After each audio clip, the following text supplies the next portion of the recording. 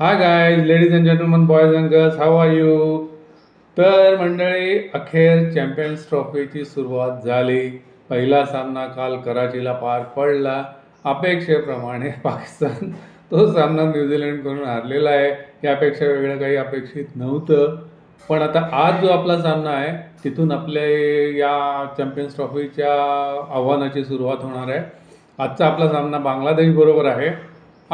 खरं सांगायचं तर या स्पर्धेमध्ये छोटी स्पर्धा आहे. एकूण अगदी कप जिंकणाऱ्या टीमला सुद्धा एकूण 5च सामने खेळायचे आहेत. साखळीमधले 3 सेमीफायनल आणि फायनल. आता माझ्यासमोर प्रश्न एवढाच आहे की आपल्याला सेमीफायनल आणि फायनलमध्ये गाठ कोणाची पडणार आहे. सेमीफायनल आपण हा कप ॲज गुड ॲज जिंकणार आहे, याच्याबद्दल माझ्या मनात काही शंका नाही आहे. तरी पण क्रिकेट आहे, काही पण होऊ शकतं. तर सुरुवात तर अपेक्षित झाली. पाकिस्तान या स्पर्धेत काहीही करू शकणार नाही. रविवारच्या आपल्या सामन्यात त्यांचं आव्हान संपुष्टात येणार आहे, हे अगदी निश्चित आहे. तर आता 4 संघ जे शेवटी उरणार आहेत ते माझ्या मते एक तर भारत असणारच आहे, न्यूझीलंड असेल, ऑस्ट्रेलियाची फुल फ्लेश टीम नाही आहे त्यामुळे I am doubtful about Australia. तिसरा संघ इंग्लंडचा असेल. चौथा मोस्ट प्रॉबेबली अफगाणिस्तान किंवा साऊथ आफ्रिका. आता या स्पर्धेमध्ये डार्क हॉर्स जर कोण असेल तर अफगाणिस्तान आहे. काही चमत्कार केला किंवा धक्का दिला तर फक्त अफगाणिस्तानच देणार आहे. अदरवाईज ही स्पर्धा आपण स्मूथली आणि आरामात जिंकणार आहोत. कालच्या मॅचबद्दल सांगायचं झालं तर अगदीच एकतर्फी झाला सामना. पहिल्यांदा जेव्हा 320 वगैरे धावा याने केल्या तेव्हा पाकिस्तान संघाला यात काही झेपणार नाही ते माहिती होतंच. कशीबशी ते मधले त्यांचे तो सलमान, मला वाटतं तो एक आणि दुसरा, हे दोघांनी एक 50-60 रन वगैरे काढल्यामुळे निदान 260चा स्कोअर तरी दिसला. अदरवाईज कठीणच होतं. पाकिस्तानचा संघ अतिशय आश्चर्यजनक संघ आहे. पाकिस्तान संघात ओपनिंग बॅट्समन नाही आहे.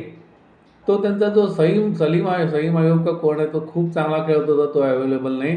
कालच्या सामन्यात त्यांचा फेवरेट फखर जमान तो इंज्युअर्ड झाला आहे. तो पुढे खेळतो की नाही माहिती नाही. स्पिन तर त्यांच्याकडे एकच स्पिनर आहे. बाकीच्या सगळ्या संघांकडे 4-4, 5-5 स्पिनर असताना ह्यांनी आपल्या संघात एकच जेन्युइन स्पिनर ठेवला आहे. एकंदरीत पाकिस्तानचं टीम जे कॉम्बिनेशन आहे ते अनाकलनीय आहे. त्याचा फटका त्यांना बसणार आहे आणि रविवारच्या आपल्या मॅचमध्ये ते स्पर्धेतून बाहेर होणार आहेत. तेव्हा त्याविषयी जास्त न बोललेलं बरं. आपण आपल्या आजच्या मॅचविषयी जर बोलायचं झालं तर आपण वर्ल्ड कप हा चॅम्पियन्स ट्रॉफी जिंकणार याबद्दल माझ्या मनात काहीही शंका नाही आहे. फक्त कधीही नाही विसरलं पाहिजे, cricket is the game of glorious uncertainties. काही मिसहॅप होऊ शकतात.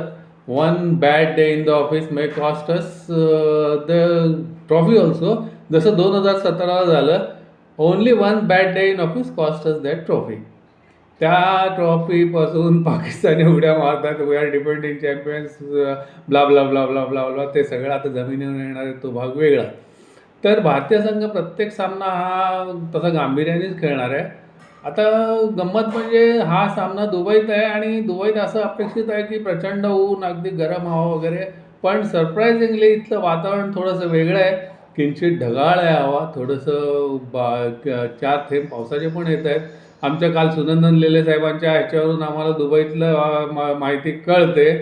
तर आणि आजही थोडीशी ढगाळ हवा असण्याची शक्यता आहे. त्यामुळे आपल्या जो थिंक टँक आहे त्यांनी जे काही ठरवलं होतं की आपल्या सगळ्या मॅचेस दुबईत होणार आणि स्पिनला ग्राउंडकडून हे मिळत राहणार. मिळेल स्पिनला ग्राउंडकडून असिस्टन्स मिळेलही. पण आजच्या सामन्यात काय होतं माहिती नाही. कदाचित जर ढगाळ हवा असेल तर फास्ट बॉलिंगला त्याचा हे मिळू शकेल. पण आपल्याला चिंता करायचं काहीच कारण नाही आहे. आपल्याकडे जरी कसं आहे, आपल्या व्हाईट बॉल घ्या, रेड बॉल घ्या, कुठलाही बॉल हे घ्या, त्याच्यामध्ये बुमराह हा आपला मेन बॉलर आहे. 50% काम बुमराह करतो, बाकीचं काम उरलेलं आहे ना करायचं असतं. पण तो बुमराह नाही आहे. पण बुमराह नाही तरी आपली स्ट्रेंथ खूप चांगली आहे. शामी आहे, शामीच्या जोडीला अर्शदीप आहे. त्यानंतर आपला तो राणा एक नवीन बॉलर खूप चांगला आहे. त्यामुळे चिंता करायचं कारण नाही. आपल्याला 3 बॉलर किंवा 2 स्पिनर किंवा 3 स्पिनर आणि 2 आपले मीडियम पेसर. हार्दिक पांड्या तर आहेच आहे. हार्दिक पांड्या म्हणजे फुल पॅकेज आहे. बॅट्समन आहे, बॉलर आहे, फिल्डर आहे आणि फलंदाजीमध्येही परिस्थिती एकदम उत्तम आहे. आपला फुल फॉर्मात आलेला आहे आपलं शुभमन गिल.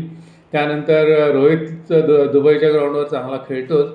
प्रश्न थोडासा आता पुन्हा एकदा रोकोचा आहेच आहे, त्या दोघांची बॅट चालायला हवी आणि मग सगळं काही सुरळीत होईल.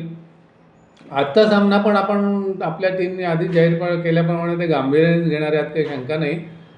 बांगलादेशच्या टीमबद्दल सांगायसारखं विशेष काही नाही आहे. फक्त त्यांचे 2 बॉलर कदाचित आपल्याला तो नाहीद राणा का कोण जो नवीन बॉलर आहे त्याचा खूप चांगला स्पीड आहे आणि कंट्रोल पण आहे. तो आपल्याला कितपत त्रास देतो हे पाहायला लागेल. आणि बाकी फारसं मोठं काही आव्हान आपल्याकडे बांगलादेश उभं करू शकेल असं वाटत नाही. हा सामना आपण आरामात जिंकू. आणि आता जर फायनल 4 टीमचं जर प्रेडिक्शन करायचं झालं तर आपल्याला त्रास जर कोणता संघ देईल या चॅम्पियन्स ट्रॉफीमध्ये तर फक्त न्यूझीलंडच. ते कसं आहे, ऑल बॉक्सेस स्टिकमध्ये भारत आणि न्यूझीलंड हे 2च संघ आहेत. ऑस्ट्रेलियाचं असं झालं ना की ऑस्ट्रेलियाची फुल फ्लेश टीम उतरलेली नाही आहे. त्यामुळे काय सांगता येत नाही ऑस्ट्रेलिया काय करते. साऊथ आफ्रिका अनप्रेडिक्टेबल आहे. या ह्याच्यामध्ये डार्क हॉर्स मी आधी म्हटल्याप्रमाणे अफगाणिस्तानच आहेत. त्यांचा संघसुद्धा अगदी बॅलन्स्ड आहे. बघूया पुढे पुढे ही चॅम्पियन्स ट्रॉफी कशी उलगडत जाते. तर कालचा सामना अपेक्षेप्रमाणे झाला. न्यूझीलंड पुढे आलेले आहेत. आजचा सामना आपला बांगलादेशबरोबर आहे. पुन्हा नंतर रविवारी जी मॅच आहे ती काय एवढी हाईप करण्यासारखी मॅच नाही आहे. 1 सायडेड मॅचच होणार आहे. आपण जिंकणार आहोत. तरी पण जोपर्यंत जिंकत नाही तोपर्यंत ती आपण जिंकली असं म्हणता येणार नाही. इव्हन प्रेस कॉन्फरन्समध्ये रोहित शर्मासुद्धा नेहमीच तेच सांगतो की मागचं जे आपण जिंकलं किंवा काय तो सगळा इतिहास आहे, नव्याने सुरुवात करायला पाहिजे. एक गोष्ट आहे, रोहित शर्माकडे ना टीम पिक करायची एक नॅक आहे. ते जे काय मैदान आहे तिथे कोणाची फलंदाजी कोणाची गोलंदाजी काय चालेल हे तो व्यवस्थित जज करू शकतो. त्याप्रमाणे आपली योग्य प्लेइंग 11 आज असणारच आहे. आपण जिंकणारच आहोत. On this positive note, let us meet in the afternoon at Dubai.